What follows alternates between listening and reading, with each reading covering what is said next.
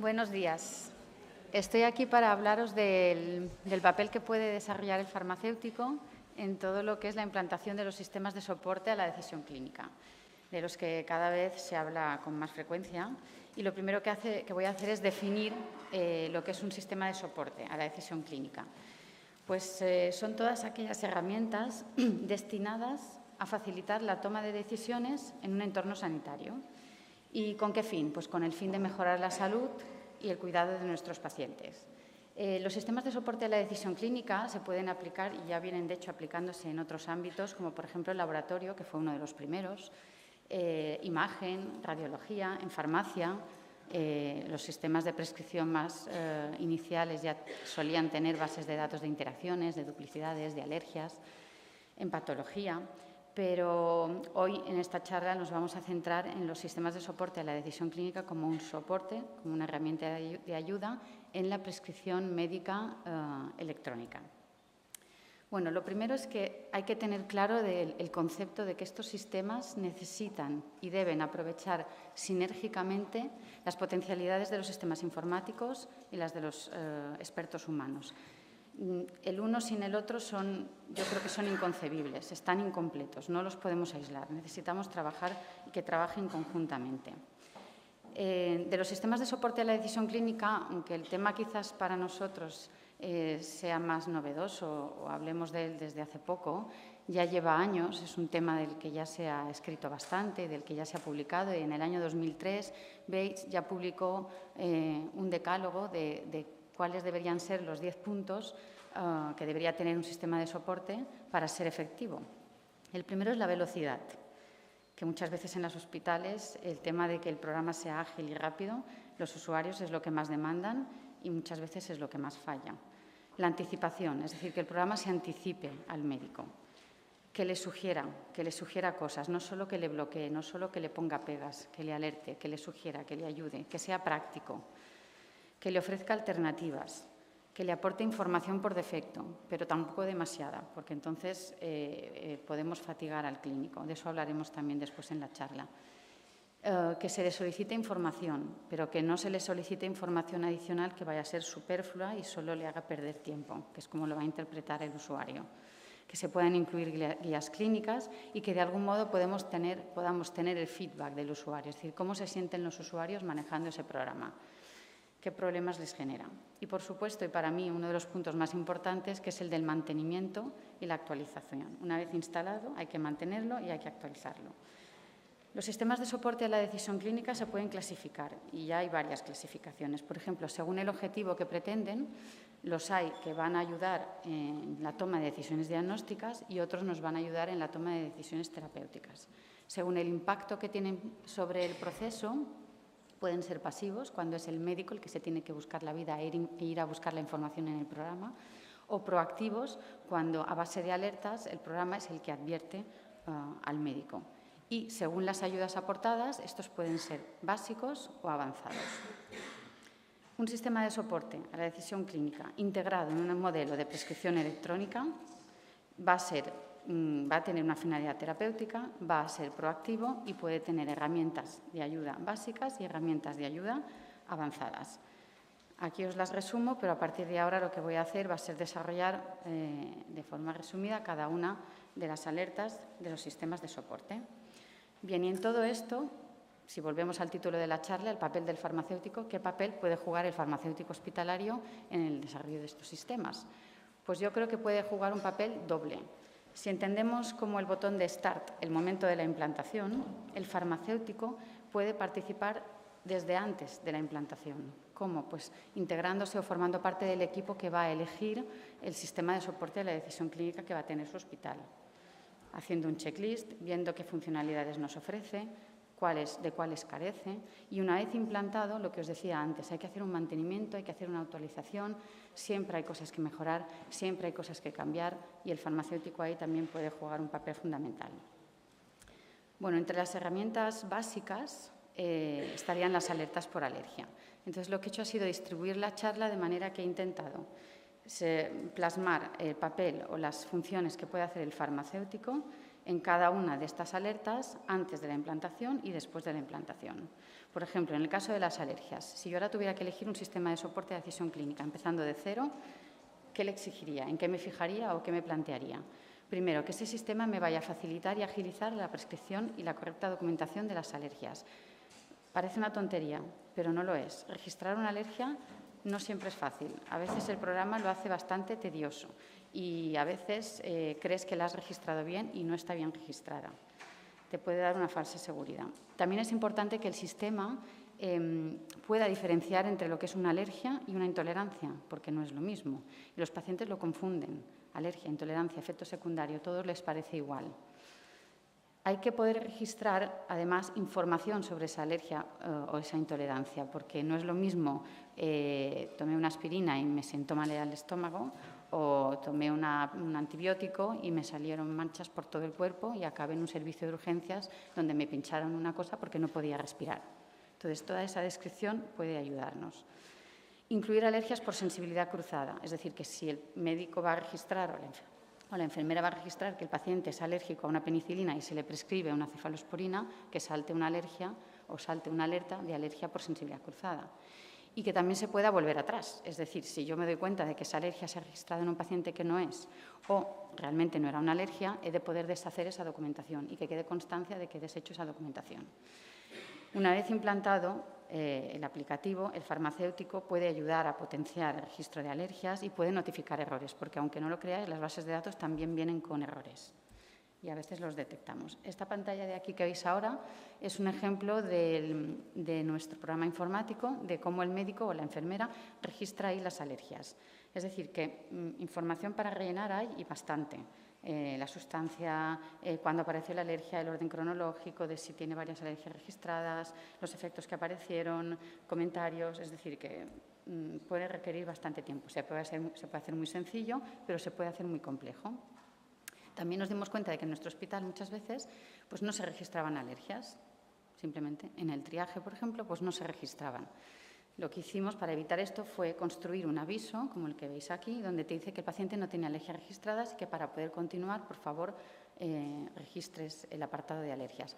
A veces registrar el apartado de alergias es documentar el paciente no tiene alergia, son alergias conocidas. Eso ya es registrar una alergia. Hemos encontrado algún error, como por ejemplo el paciente es alérgico a penicilina y cuando un médico intenta prescribir Aztreonam, te salta la alerta de que el Aztreonam pertenece al grupo de las penicilinas. Alertas por duplicidad o por interacción. Pues lo mismo, como farmacéutico, ¿qué valoraríamos antes de elegir el aplicativo?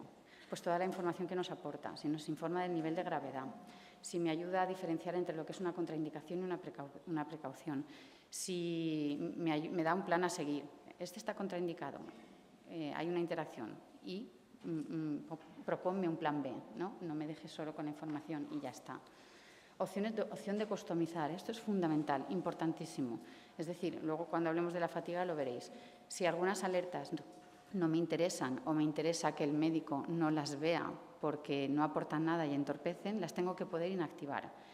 Y esto es importante planteárselo. ¿Lo voy a poder hacer yo solo o necesitaré de alguien del programa que lo haga por mí? Porque entonces enlantece mucho todas nuestras actividades. Este es un ejemplo de la información que le aparece al prescriptor cuando prescribe un medicamento que está implicado en una alerta y en la parte inferior tenéis el ejemplo de la herramienta que usamos nosotros para poder activar y desactivar alertas. Activar o desactivar en base a los criterios de gravedad. Las ocultamos al médico prescriptor o al farmacéutico validador. Las dosis sugeridas por defecto. Esta es otra de las funcionalidades básicas. Simplemente se trata o consiste en disponer de la herramienta que te permita, para cada una de las especialidades farmacéuticas susceptibles de ser prescritas en el programa, ofrecerle al médico la información mínima básica, la dosis, la vía, la forma farmacéutica. Cuantos más campos cumplimentados por defecto le des, menos campos tendrá que cumplimentar el médico.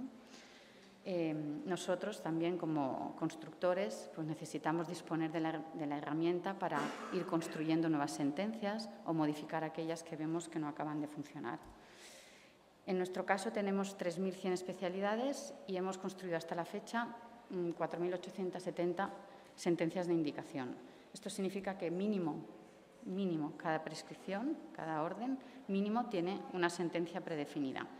Algunos tienen más, por ejemplo, el del paracetamol, que es uno de los que más, el paracetamol endovenoso tiene hasta 9 sentencias de indicación predefinidas. Les contemplamos todos los casos. 1 gramo cada 8, 1 gramo cada 8 si dolor, 1 gramo cada 6, 1 gramo cada 6 si fiebre y si dolor, 1 gramo, etcétera, etcétera, etcétera. Lo mismo para los fármacos que van por peso. Y entre las herramientas avanzadas, quizás una de las más interesantes son las de ajuste por función renal. Y aquí sí que vale la pena dedicar un tiempo, ¿no? Lo mismo, si yo tuviera que elegir un programa, un sistema de soporte a la decisión clínica que sé que me va a permitir hacer ajustes por función renal, ¿qué le exigiría y qué me plantearía? Lo primero, que se pueda integrar el aplicativo de prescripción electrónica con el aplicativo informático de resultados de laboratorio clínico. Si no es posible esa integración, estamos vendidos, no hay nada que hacer. Porque si de forma manual tenemos que ir a chequear la creatinina en un programa, memorizarla, apuntarla, introducirla en el programa para que haga los cálculos, así no va a ir bien. Se tienen que integrar. La información del laboratorio tiene que ser volcada directamente en el aplicativo de prescripción electrónica, en el aplicativo de validación y se tiene que actualizar. Si un paciente está inestable y está con insuficiencia renal aguda y se le van pidiendo creatininas cada día, se tiene que ir actualizando cada día. El sistema tiene que ser capaz de cribar. ¿Qué tiene que cribar? Pues pacientes que tengan un determinado fármaco prescrito, los que nosotros decidamos, que consideramos que necesitamos ajustar por función renal y cruzarlo con todos los datos demográficos que nos interesan, la edad, el peso, el sexo y, por supuesto, con los analíticos, en este caso la creatinina. El programa tiene que tener fórmulas y tiene que ser capaz de hacer esas fórmulas para darnos un aclaramiento de creatinina. Cocroft, el MDRD son las más habituales. El programa también tendría, esto es más complicado, pero tendría, o el ideal, tendría que ser capaz de detectar aquellos casos en los que la función renal mejora. Típico paciente de 80 años que acude a urgencias deshidratado con una creatinina alta, se le pautan antibióticos, la tendencia que tenemos a veces de ajustar ya desde urgencias, el paciente al cabo de 24 o 48 horas sube a planta, se le ha hidratado, la creatinina mejora, los antibióticos se quedan infradosificados. Es capaz el programa de avisarnos de que, igual que puedes haber dosificado en exceso, ahora estás infradosificando. Eso es bastante importante y muy interesante, porque si permanece en planta muchos días, quizás ya no nos acordemos de ajustar ese antibiótico, simplemente porque no nos vamos a ir a ese paciente a mirar si ha salido otro valor de creatinina y la creatinina ha mejorado. También valdría la pena que el programa nos sugiriera acciones, como todo, es lo que hablábamos antes del decálogo. El programa te avisa, te para, te alerta, te pone pegas, pero al final te sugiere y te ayuda, porque si no te da planes B, te deja un poco indefenso, ¿no? Te deja a mitad, sin herramienta. Nosotros, una vez implantado, lo que también podemos pedirle al programa es que nos dé cierta autonomía para poder modificar intervalos de algunas dosis o intervalos de ajuste, rangos de edad, rangos de peso, rangos de valores de creatinina. Todo eso hay que poder modularlo si tienes la herramienta para poder hacerlo. Lo mismo pasa con las alertas por superación de dosis máxima. La mayoría de los módulos de dosis máxima funcionan con el valor de peso y en función de un rango de edad y un rango de peso te hacen un cálculo de la dosis máxima por toma y día. Algunos son más sencillos, solo lo hacen por día, otros son más, afilan un poquito más y te hacen el cálculo por toma y por día y te avisan si estás pasándote de dosis máxima por toma o por día. También sería interesante que el programa tuviera la opción de hacer cálculos por peso ideal. Por ejemplo, en el caso de la prescripción de los aminoglucósidos nos puede interesar. Y, de nuevo, que se pueda customizar y que podamos nosotros valorar los intervalos y las dosis por si queremos hacer alguna modificación. Este es un ejemplo del aplicativo que tenemos nosotros para decidir si activamos o no las alertas por ajuste a función renal para el amoxiclavulánico. Y, como podéis ver, viene clasificado en rangos de edad. Y, bueno, aparte de los rangos de edad, también tiene en cuenta el peso y te va dando unos intervalos de dosis mínima, de dosis máxima, y te lo hace por toma y te lo hace por día, ¿vale? Todas las dosis pediátricas, como veis, en la tercera, cuarta fila aparece por meses, el rango está por meses de edad y la unidad del intervalo de dosis viene por miligramo kilo. ¿Vale? Haciendo doble clic en cada una de estas líneas, nosotros vemos más definida la información y podemos hacer cambios. Es decir, si a mí el rango de edad, en lugar de 0 a 12, lo quiero poner de 0 a 16 o de 0 a 14, pues puedo cambiarlo. ¿Vale? De igual modo que puedo cambiar las unidades, la dosis mínima de la dosis máxima. Gracias. Aquí tenemos otro ejemplo con la creatinina. Este paciente... Bueno, veis el valor, se ven muy pequeñitos los valores porque el tamaño de letra no es muy grande, pero aparece un número 4 en rojo. El paciente esa mañana tenía una creatinina de 4. La A de delante es porque el programa de laboratorio lo considera un valor alto. Entonces, al paciente se le prescribe amoxicilina clavulánico 2 gramos cada 8 y aparece una alerta de dosis máxima que te advierte y te sugiere que en función de ese valor de creatinina y del aclaramiento del paciente, pues la dosis recomendada oscilaría entre 1 gramo o 0,5 gramos cada 24. Cuando al médico le salta esta alerta, al farmacéutico también, ahí tiene varias opciones. Puede cancelar la indicación, puede hacer caso omiso con una justificación y continuar, o puede rectificar la orden. En las alertas por indicación y dosificación en función de parámetros analíticos. Esto es bastante interesante y creo que da mucho juego porque aquí de lo que estamos hablando es de relacionar medicamentos que puedan alterar algún parámetro de laboratorio. Por ejemplo, anfotericina B y potasios, linezolid, plaquetopenia. Estas relaciones las podemos construir en el programa. Lo que pasa es que el programa, de nuevo, tiene que ser capaz de integrarse con el laboratorio y cruzar esos parámetros analíticos con la lista de medicamentos susceptibles a alterarlo, que nosotros le vamos a ir diciendo. Y también sería fabuloso que nos diera alguna recomendación y nos ofreciera las normas de monitorización y dosificación, siempre y cuando estén basadas en la evidencia. Eso también luego habrá que mantenerlo, es decir, aparecerán medicamentos nuevos o aparecerán nueva bibliografía sobre medicamentos que alteran ciertos parámetros analíticos. Hay que ir nutriendo esas bases de datos para que siempre estén al día, ¿no? Y hay que trabajar conjuntamente con laboratorio. Aquí tenéis un ejemplo. Este artículo se publicó en el 2013 en Farmacia Hospitalaria.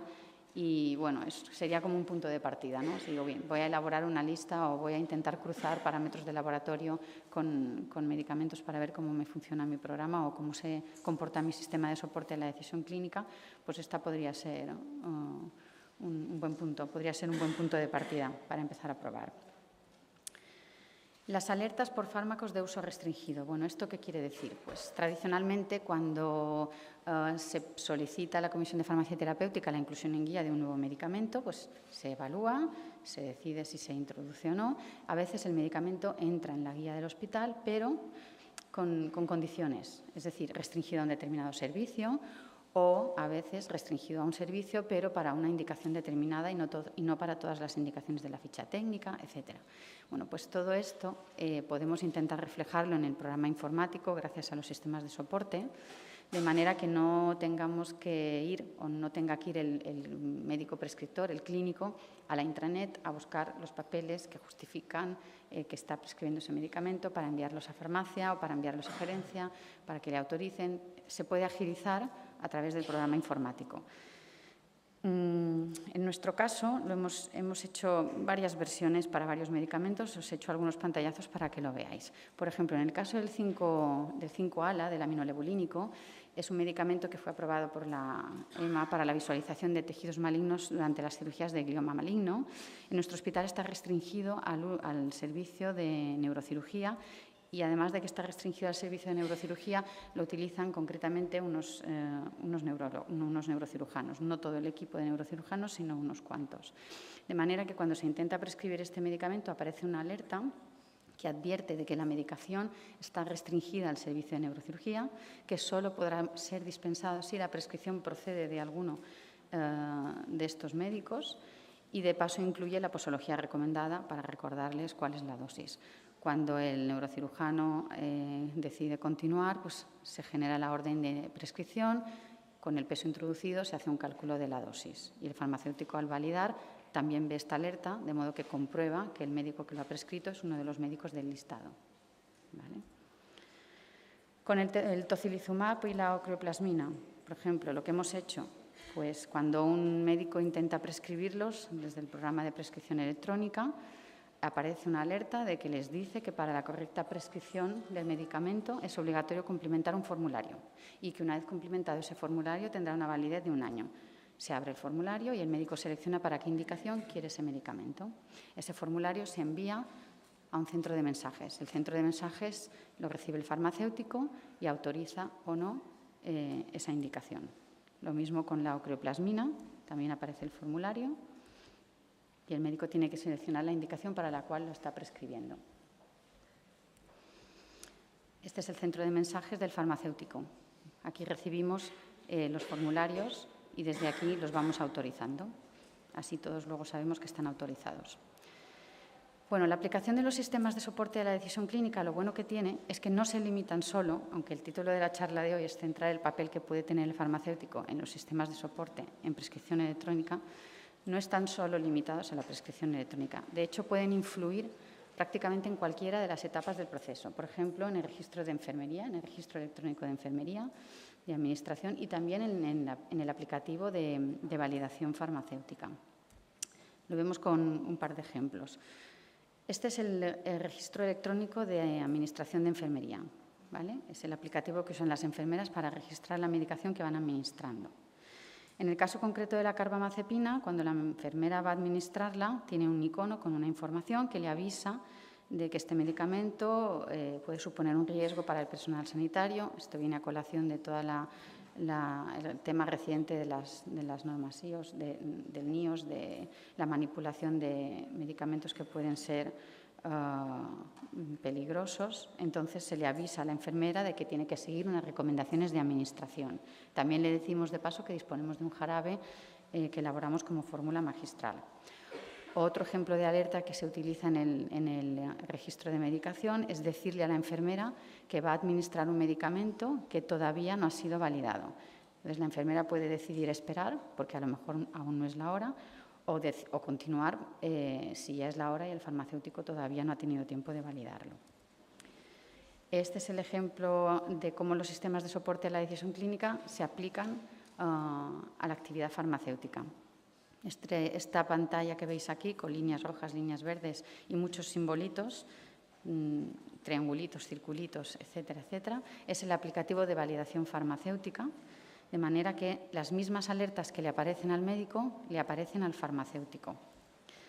Por ejemplo, en este caso, una interacción de meropenem con valproico nos avisa de una alergia a paracetamol a un paciente al que se le ha prescrito paracetamol, nos alerta de una dosis máxima también correspondía al tratamiento con el meropenem, etcétera, etcétera. Los sistemas de soporte también los podemos utilizar como una base para crear nuestras propias reglas. Las propias reglas significa, aquí os pongo algunos de los ejemplos que hemos creado en nuestro hospital. Advertir al médico de una terapia secuencial, es decir, cuando el paciente sería candidato a pasar un antibiótico endovenoso a vía oral. Otro ejemplo, un plan de hiperpotasemia, tratamiento de la hiperpotasemia en pacientes con valores de potasio por encima de 5,3. Una alerta de que el paciente está anticoagulado. Una alerta cuando se le va a prescribir un antiagregante o un anticoagulante a un paciente de que tiene una intervención quirúrgica programada. Por ejemplo, la terapia secuencial no es más que un aviso. Bueno, la construcción por detrás es más compleja de lo que parece aquí, porque hay que combinar todos los criterios, pero una vez todos estos criterios cuadran, le avisa al médico y le dice de que el antibiótico ya podría pasar de vía endovenosa a vía oral. El plan de la hiperpotasemia es bastante interesante porque cuando el valor de laboratorio de potasio supera el 5,3, en este caso no sé si lo veis muy bien, pero el valor de potasio del paciente es de 5,7, aparece un plan sugerido, plan de tratamiento de la hiperpotasemia, de manera que al médico se le ofrece el plan de tratamiento, si es una hiperpotasemia leve, una hiperpotasemia moderada o una hiperpotasemia grave, y va clicando, va seleccionando los tratamientos que desea para tratar esa hiperpotasemia. Una alerta de paciente anticoagulado o de paciente antiagregado. Aparece nada más abrir la página principal del paciente, nos dice que el paciente tiene medicación antiagregante o anticoagulante. En este caso llevaba ácido acetilsalicílico y bemiparina. Las alertas cuando se le prescribe antiagregante o anticoagulante a un paciente que tiene una intervención quirúrgica programada. En este caso, lo que sucede es que el médico intenta prescribir un Clexane, una enoxaparina, y automáticamente le dice: está usted prescribiendo un tratamiento antitrombótico a un paciente que puede tener una cirugía programada. Por favor, compruébelo. Y efectivamente, era apto para cirugía para el día siguiente. ¿Vale? Bueno, este dibujito me gusta porque es como que estamos salvados con los sistemas de soporte a la decisión clínica, ¿no? Su rodilla mostraba una costilla rota, pero la hemos arreglado con el Photoshop. O sea que con los sistemas de soporte a la decisión clínica ya está, lo hemos arreglado todo. Pues no. Los sistemas de soporte a la decisión clínica también tienen puntos débiles y, de hecho, pueden y generan errores. Esta imagen también me gusta porque es como que el clínico se desespera, ¿no?, delante de la pantalla y le dice o piensa del ordenador que no puede hacer nada bien, ¿no?, cuando detecta un error. Y claro, el ordenador tampoco entiende al clínico y le dice: es que tampoco pueden hacer nada bien porque me dan un clic o me dan un clic allí donde no es, ¿no? Pues los sistemas generan errores y os voy a poner 3 ejemplos muy básicos, pero que suceden pues, a menudo. Registrar mal una alergia. Registrar una alergia cuando en realidad es una intolerancia, estás privando al paciente o puedes estar privando al paciente de un tratamiento necesario y te complicas la vida buscando alternativas cuando en realidad podía ser tratado con lo más básico. Las dosis por defecto. Claro, si a los médicos les das todas las dosis por defecto, con la frecuencia habitual, con la forma farmacéutica habitual, muchas veces ya no se cuestionan si esa dosis por defecto coincide con la que lleva su paciente. Como la ven por defecto, piensan que es buena. Carbamazepina o fenitoína, 100 cada 8. Ah, pues sí, no, a lo mejor ese paciente solo toma 100 en la noche. Es decir, ahí, por facilitar, a veces generamos un error. Y lo que os hablaba del ajuste a función renal. Es un tema que a mí me preocupa, el hacer ajustes y que luego esos ajustes, si las funciones renales o las creatininas mejoran, no tengamos forma de rescatar a esos pacientes para volver a dosificar correctamente el antibiótico. Este ejemplo lo pongo porque bueno, me llamó mucho la atención. Un día hablábamos con los informáticos de si una alergia o una intolerancia y me decían: es igual, en el fondo es lo mismo. No, en el fondo no es lo mismo. Y aquí hay un buen ejemplo. Este caso fue publicado en el 2014, pero creo que sucedió en el 2010, en un hospital en Estados Unidos, un hombre que ingresó de forma programada. De forma programada, no es que fuera una cirugía de urgencia y uno entendió alergia y el otro no entendió nada y hubo una confusión. No, programado. Es decir, había pasado por una visita de anestesia y se supone que estaba todo controlado. Para una reparación de hernia tomaba carbamazepina en casa desde hacía años por antecedentes de convulsiones y en la historia clínica constaba una alergia a codeína. Bueno, en ese hospital tenían los protocolos de tratamiento del dolor, de la unidad del dolor, y según la cirugía, pues al paciente le correspondía codeína. Como el paciente decía que era alérgico, bueno, en la historia constaba que era alérgico, el anestesista, el médico, decidió pautarle una alternativa y le pautó una medicación que después la FDA retiró por otras circunstancias, pero bueno, retiró, que es el paracetamol con propoxifeno. Darvocet era la marca comercial. El propoxifeno es un analgésico opioide que puede disminuir el metabolismo de la carbamazepina. Bueno, pues el paciente al alta fue a casa, se tomó el comprimido de Darvocet y a las 24 horas le hallaron muerto en su domicilio. La causa de la muerte, una intoxicación por carbamazepina. Este paciente siempre solía tener unos niveles de carbamazepina en sangre entre 6 y 9. Sabéis que la carbamazepina es un fármaco, un antiepilético de margen terapéutico estrecho, cuyo rango terapéutico oscila entre 5 y 12, pues le hallaron un valor de 22. Lo peor de todo es que cuando luego hicieron una revisión del caso más a fondo, pues se supo que el paciente no era alérgico a codeína, que una vez a su médico del centro de salud, del primary care, le había dicho que la codeína le daba sueño y eso había quedado registrado como una alergia que pasó al hospital. La ficha técnica de la carbamazepina, de hecho, menciona que el propoxifeno puede favorecer sus efectos tóxicos y luego, bueno, ya os digo, en noviembre de 2012 la FDA lo retiró también por toxicidad cardíaca. Fatiga. Bueno, a estas horas ya es motivo para sentir fatiga, porque es verdad que alertas y más alertas.